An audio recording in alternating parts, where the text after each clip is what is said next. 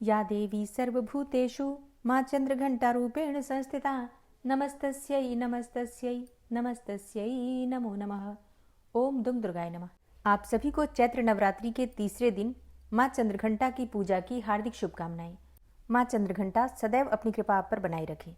आज है 21 मार्च 2026, दिन है शनिवार और आज है चैत्र नवरात्रि की तृतीया तिथि और नवरात्रि के तीसरे दिन माँ भगवती दुर्गा के तीसरे स्वरूप माँ चंद्रघंटा की पूजा करते हैं। और माँ चंद्रघंटा की पूजा करने से भक्तों को दीर्घायु की प्राप्ति होती है, उत्तम स्वास्थ्य की प्राप्ति होती है, सुख और समृद्धि का वरदान मिलता है माता से और उनके आशीर्वाद से पाप और बाधाएं दूर हो जाती हैं। माँ चंद्रघंटा की पूजा करने से साधकों में साहस की वृद्धि होती है, निर्भयता, विनम्रता और सौम्यता का विकास होता है, तेज, आकर्षण और मधुरता स्वतः बढ़ जाती है भक्तों के व्यक्तित्व में। तो बहुत महत्वपूर्ण होती है माँ चंद्रघंटा की आराधना।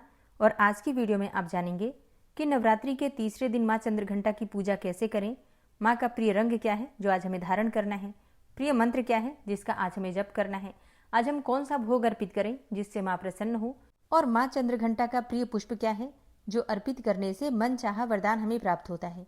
माँ चंद्रघंटा का स्वरूप क्या है जिसका आज हमें पूजा के समय ध्यान करना है और पूजा की संपूर्ण विधि क्या है, ये सारी जानकारी आपको आज की वीडियो में शेयर करूंगी।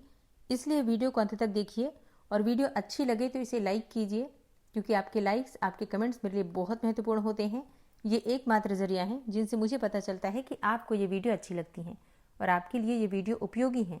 तो अगर वीडियो अच्छी लगे तो लाइक तो ज़रूर ही किया कीजिए।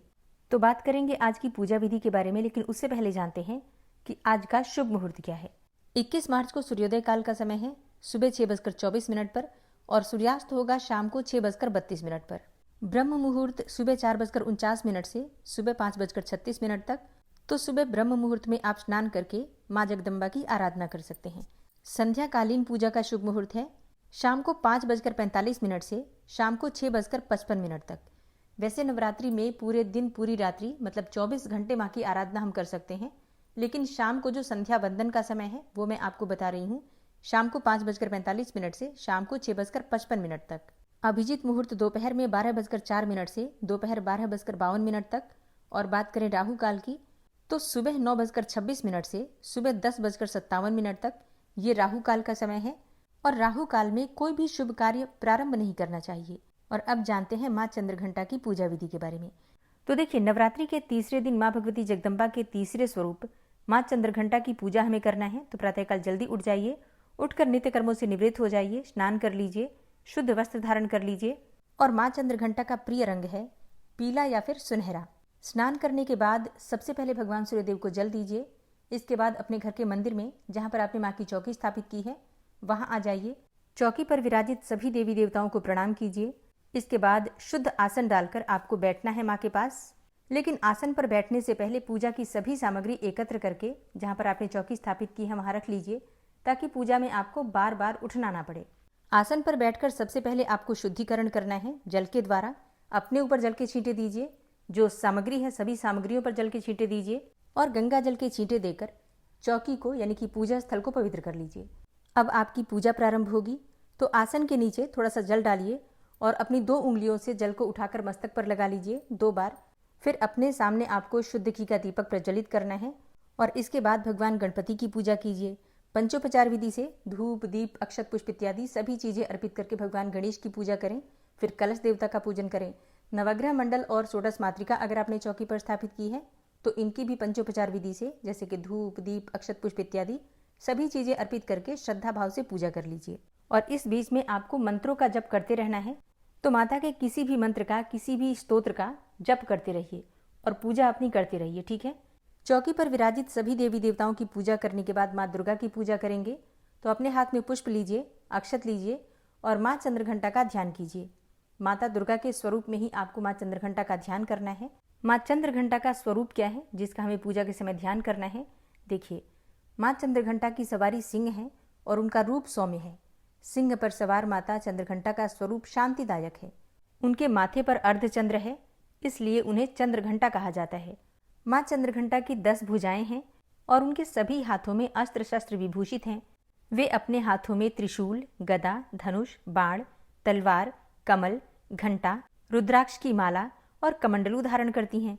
माँ चंद्रघंटा की एक भुजा अभय मुद्रा में है, जो भय के निवारण का प्रतीक है।